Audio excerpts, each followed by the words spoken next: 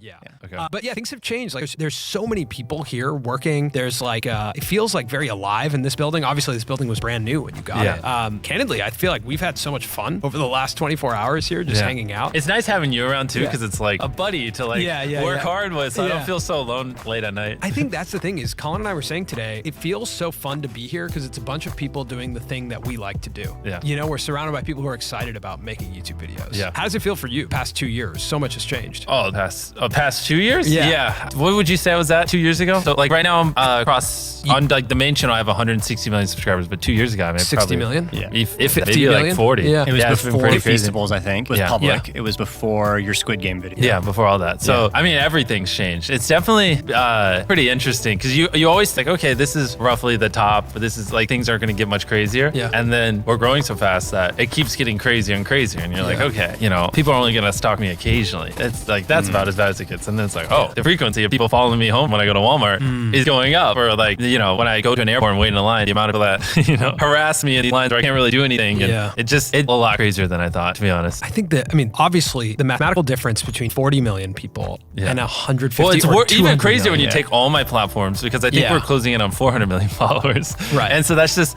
or even throw followers out the window because it's kind of a vanity metric. Who cares? But like we're getting 30 plus billion impressions a year. So like 30 billion times, you know, now people are seeing my face and see me.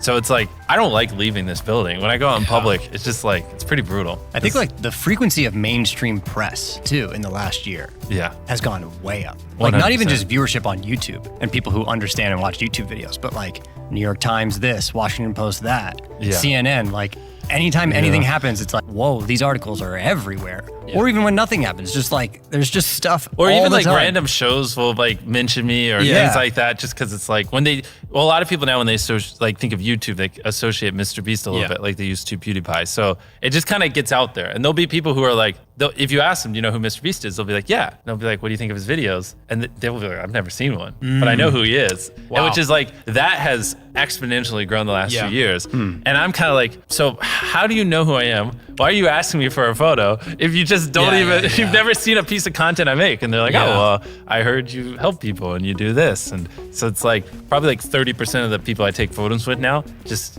have no idea what I do. They just take a photo because they see my face. So what do you think about that from like the I guess, cost of this scale for you from a like fame perspective? Yeah. Do you find it like that's just the name of the game? Like that is, it's worth it? Yeah. Or does it kind of like an unanticipated cost? Here's the answer. So like it definitely, like you don't think this, like every step of the way, like I said earlier, you think you've made it and you think this is about as crazy as it'll get. But like if you have 1 million followers, you guys, or you guys are probably bigger than that across everything, but if you go out in public, you'll occasionally take a photo. Like, you know, if you go to Walmart twice a week, you'll get every third time you'll take a photo. It's very validating. You're like, oh, this is awesome. This is like a real career. Look, this guy noticed me. And then when you get to 10 million, it's like a whole different world. Like every time you go out, you're gonna take at least one photo. And it's like, oh, this is awesome. You know, if you're with your girlfriend, you'll take a photo and it's like, look, people like me. But it's like very manageable. But you think that's like the top. But then you go from 10 million to 100 million. And next thing you know, when you go to Walmart,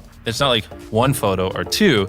It's like someone asks for a photo and everyone else looks, and then like there's a line of 20 people. And then, you know, when you're checking out, there's like 5 people behind you, like, you know, what are you doing? What are you buying? Why are you buying those cookies? And it's like, just, you know, I just wanted to buy some cookies, you know, and like, and they keep following you because they're so like starstruck. They're like, oh my God, this is the coolest thing that's ever happened to me. I gotta take advantage of this moment. And then they, you know, start posting and their friends come. And if you're like, I have a 5-minute rule. I can't be, after I take the first photo, I can't be there for more than 5 minutes because they always post it on their stories, and then all their friends always come to the place, and within 5 minutes, now there's like 20 other people coming here, and it just gets so much crazier. So like you have random things like that, and then when you walk out of a store, you always have to look back and be like, yeah, it was nice meeting you. You don't have to follow me to my car. Okay, take care. You know? It's like, but you don't have to do that when you have 10 million subscribers. You just don't, you know? And so it gets like crazy. And then you get to that point and you're like, okay, this is about as crazy as it's gonna get. You know, and that's like probably me 2 years ago.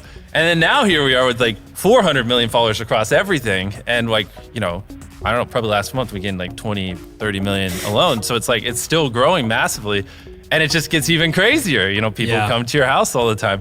The rate of people following me home, or like one thing that was I just don't even understand it. That was wild. Was when we were going to Antarctica. And also, I hate that. So far, this podcast has been me complaining. I love you guys. You guys gave me everything. Like, so I'm very grateful. I love my fans. So don't take this the wrong way. This is just more an interesting thing that I've been thinking about a lot recently. Not me saying you guys suck. Because this is also like 0.0001% of people. 99% of people I meet, super chill. Just ask for a photo and it's cool. But we went to Antarctica, and on the way we went to Chile, and we stopped there for whatever, like 5 days. And I was, in the airport, I was wearing my hoodie, sunglasses, just staring at the floor. I was like, if I don't take any photos, I'll just go straight to the hotel room. No one will know I'm here.